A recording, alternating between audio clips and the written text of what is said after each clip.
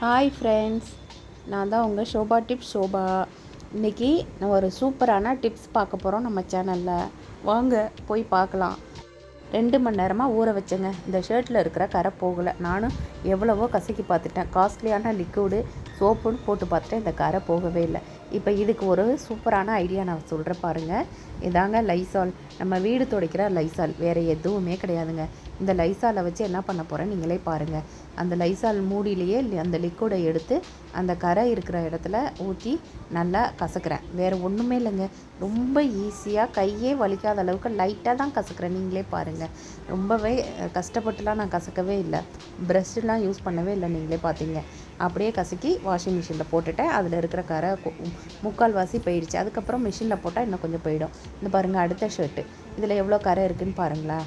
இது 2 மணி நேரமாக ஊற வச்சு நான் கசக்கி பார்த்துட்டு தான் போகலை அப்படின்னோடனே இது லிக்விடு, அந்த லைசால் லிக்விடை போட்டு நம்ம தேய்க்கலாம் அப்படின்னு சொல்லி வீடியோ எடுத்துருவோம். நல்லா இருந்ததுன்னா அப்படியே வீடியோ அப்லோட் பண்ணலான்னு சொல்லிவிட்டு நான் வீடியோ எடுத்தேங்க.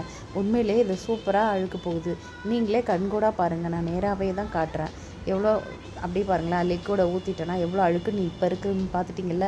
நான் கசக்கிட்டு காட்டுறேன் பாருங்கள். நான் எவ்வளோ ஈஸியாக தான் கசக்கிறேன் பாருங்கள். கஷ்டப்பட்டுலாம் கசக்கல. அது பாருங்கள் எவ்வளோ சூப்பராக அழுக்கு போயிருக்குன்னு பாருங்களேன். அவ்வளோ சூப்பராக இருக்குங்க. இவ்வளோ நாளாக இப்படி ஒரு ஐடியா தெரியாமல் போயிடுச்சு. ஓகே ஃப்ரெண்ட்ஸ், இது மாதிரி பயனுள்ள வீடியோ நான் ஷேர் பண்ணுறேன். பாய்.